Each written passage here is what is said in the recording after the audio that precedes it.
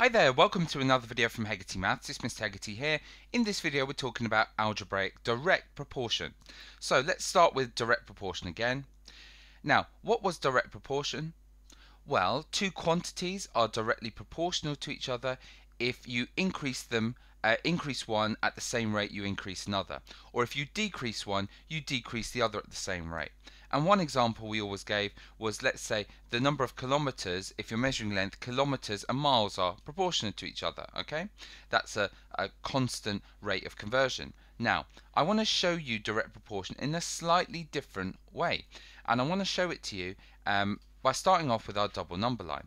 Now, we've had a double number line before. On the bottom is our miles, on the top is our kilometers. And remember, we said, let's say if you multiply your miles by 5, what do you have to do to your kilometers? You must also multiply it by 5, alright?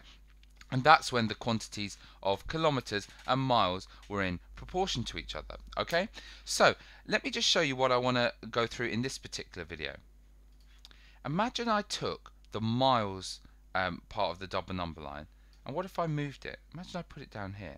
Can you think what I'm going to do? Imagine if I put the kilometers part of the double number line vertically upwards, and I made them meet up at 0, 0 there. Can you imagine what I'm going to do? Well, I've got myself a graph, haven't I? A set of axes, whereas on this side, on the x-axis, I've got miles, and on the y-axis, I've got my kilometers. And I could start plotting. I know that 5 miles is 8 kilometers, I know that 10 miles is 16 kilometers, etc. And I could proceed and plot them, and what would I get? Well, I would plot them like that, and I would get points along here, and on the assumption now that miles and kilometers must be continuous measurements. And by continuous, what I mean is that you can keep measuring miles to further decimal places and kilometers further decimal places. They're not discrete. They're not like shoe size being 5, 5.5. They're set values. They could be any value, okay? So assuming they're continuous, I could draw a straight line through them like that, right? And I could take away all this work here, and at the end I would get myself something like that. And another way of explaining or describing that two quantities are directly proportional to each other, the following is true. If you plot the quantities against each other on a set of axes, they always form a straight line through the origin, through 0, 0. Always, always, always form a straight line through 0, 0 like that. Okay, so that's another way of linking our idea of proportion and directly proportional to stuff we've learned on straight line graphs and algebra. Okay, so it's really important you understand that as well.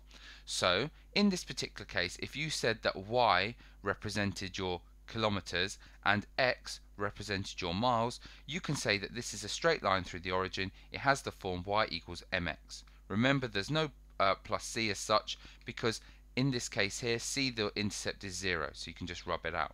Y equals mx. You can say y and x are related by the formula y equals mx. Now, it just so turns out that we could work out the gradient, and it links to other things we know. How would we work out the gradient of this graph from here? Well, remember what m is. M is the difference in y's divided by the difference in x's, isn't it? Right? And what we could do is we could say pick this x and y here and this one here, couldn't we? And the difference in y's, well, we could say that it's 8 take away 0, it's 8 high, divided by the difference in x's, 5 take away 0. And 8 divided by 5 is 1.6. So the gradient is 1.6.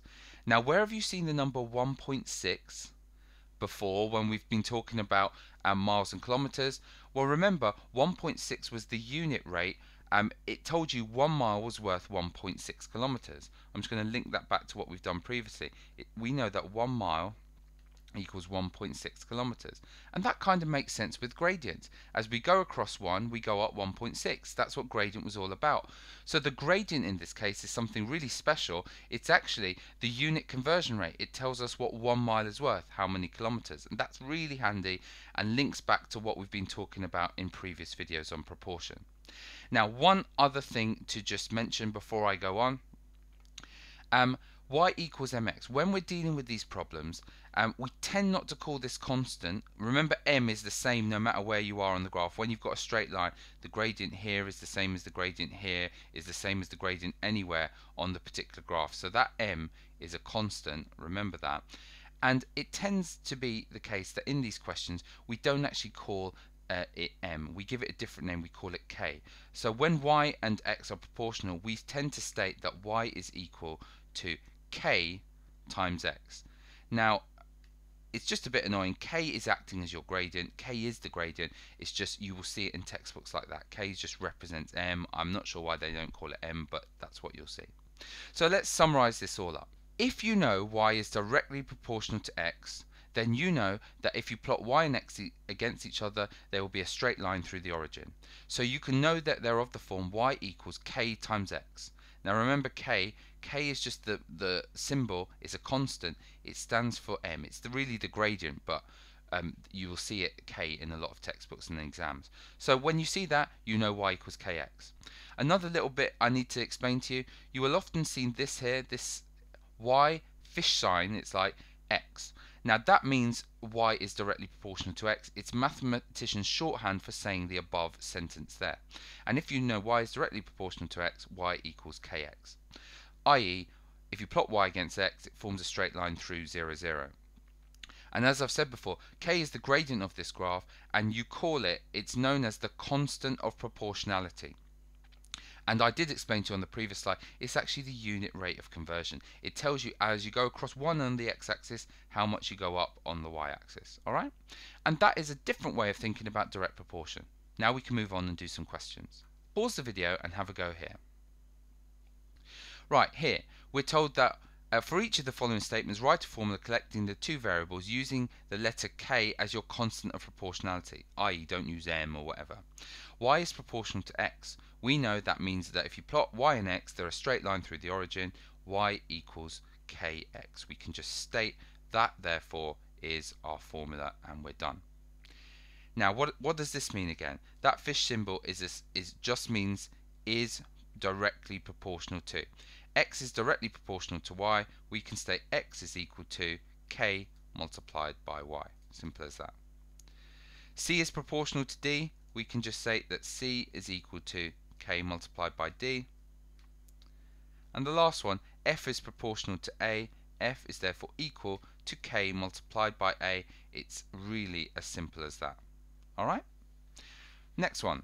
Pause the video, have a go. Okay, here we have y is directly proportional to x. We can state very simply that means y is therefore equal to k multiplied by x. In this case here, y is directly proportional to x squared. So you can't say y equals kx here because this here is y is proportional to x squared. So y is therefore equal to k multiplied not by x but by x squared here. What about this case? Well, if y is directly proportional to the square root of x, y must therefore equal k multiplied by the square root of x, which we write simply as that. And lastly, y is directly proportional to 1 over x. We would say y is equal to k multiplied by 1 over x. Now, a mathematician would always tidy that up. They would think of k as a fraction as k over 1 and try and multiply the fractions. If they multiplied the fractions in a nice tidy way, that would simply be y equals k over x. Next one, pause the video and have a go at this. We're told the time t in seconds for a pan of water to boil is directly proportional, okay, to the amount A of litres of water in the pan. Write down a formula connecting the time to boil and the amount of water. So we know the following. We know that the time is directly proportional to the amount of litres. So we could therefore state our formula t is therefore equal to k multiplied by a, and we're done. Next one, pause the video, have a go. So this time the amount of light given by the letter A, given out by a bulb, is proportional to the square of the current I passing through the bulb. Write down a formula. So you've got to read that carefully. It's not proportional to the current, it's proportional to the square of the current. So we can state that A is therefore proportional to the current, the square of the current, I squared. So we can state a formula, A is therefore equal to K multiplied by I squared, which we'd write like that. Next one, pause the video, have a go. Here we're told the frequency of a sound wave is proportional to 1 over L. not L, 1 over L, where L denotes the wavelength, write down a formula. So we can say that F is proportional to 1 over L, and therefore F is equal to K multiplied by 1 over L, which would simplify to K over L, like that. Last one, pause the video, have a go. Here we're told the strength, capital S, of the light from a lamp is proportional, so it's directly proportional to 1 over d squared, not d, 1 over d squared, where d denotes the distance from the lamp. Write down the formula collecting the strength of the light from the distance from the lamp. So we can say that capital S is proportional not to d but 1 over d squared. So the natural follow through from that is that S is therefore equal to K multiplied by this, which would simplify to K over d squared, and we're done. That's it for this video. Thanks for watching.